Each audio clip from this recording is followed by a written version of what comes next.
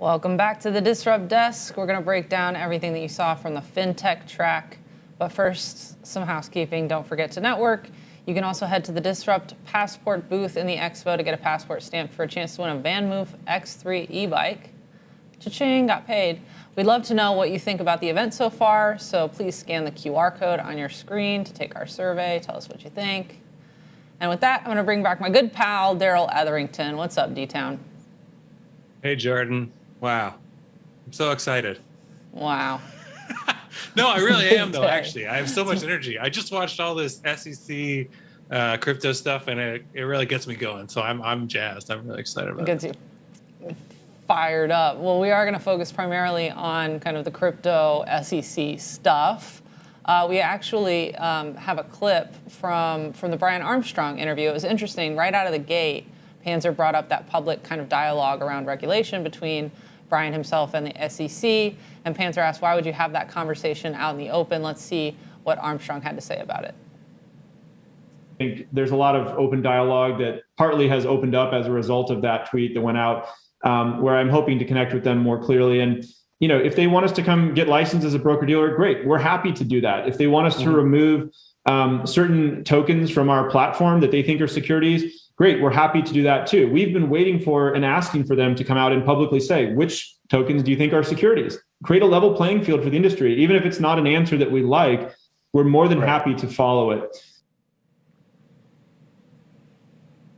Yeah, so Brian went on to say that a lack of clarity around regulation would actually hurt smaller startups that are smaller than Coinbase, and it might push innovation to other countries, which I don't know about you, Daryl, but that to me felt like a threat a little bit.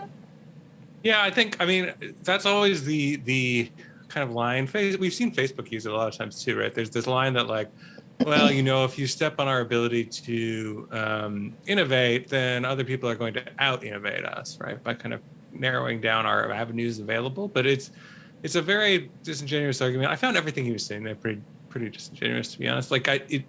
It's fine to say that you want rules, and it's fine to say that you want clear direction. And this is another thing that very large companies with massive amounts of resources available to them are very happy to say.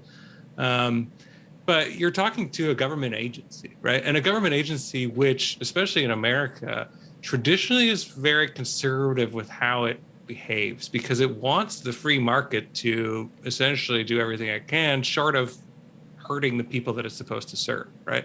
So that's when they get involved, and that's always when they get involved. And they've always lagged behind technology, and technology, I think, has a responsibility to kind of anticipate some of this stuff and act responsibly. But instead you see people saying, well, if there's no clear rule for it, why can't I do it? Which is essentially what he was saying. Right.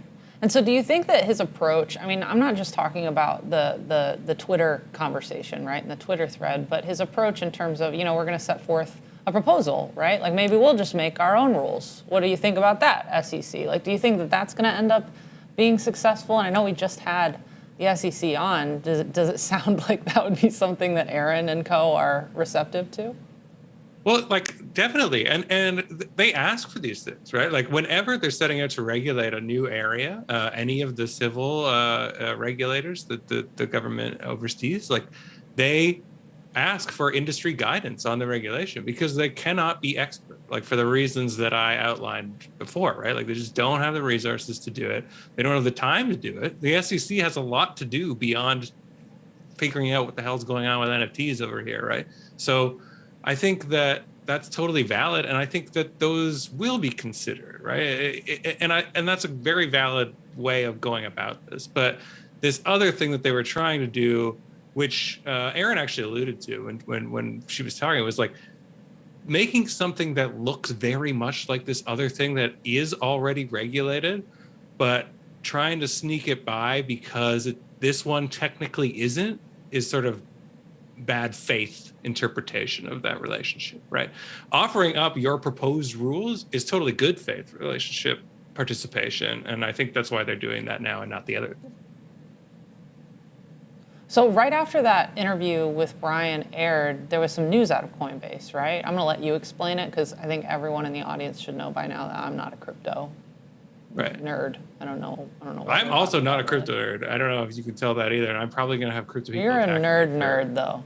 Yeah, that's right. Yeah. But so what happened was, and this was I alluded to it a bit right there when I was just referencing what they chose not to do. But basically, they took their lend product that they had proposed and that they had this public fight about, and just kind of quietly walked it back. Like all they did was they updated their existing blog post to say, "Oh, we're not going to do this anymore." Right. So whether that was the result of they went and had a conversation with the SEC, and the SEC told them, like, you don't have a leg to stand on here or whatever, or they wanted to go ahead and do this proposal first and then be able to cite the proposed rules when they later introduce this and show how it could fit into this framework they proposed. I don't know, but they definitely felt like they were in a weak position relative to and maintaining any kind of hardline stance about why this should exist, and so they pulled it back. Right. Well, I'm sure that the conversation around crypto will continue at Disrupt, if not explicitly through our content in meetings and in the Startup Alley and across the show. I'm sure you'll be a part of it too, right, Daryl? I mean, I hope to God not, but I probably will, unfortunately, be, yes. I think you just invited it, so have fun on Twitter tonight. Yeah. Well, great. All right.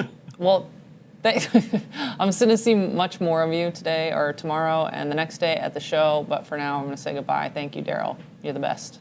Thanks, Jordan. Bye-bye.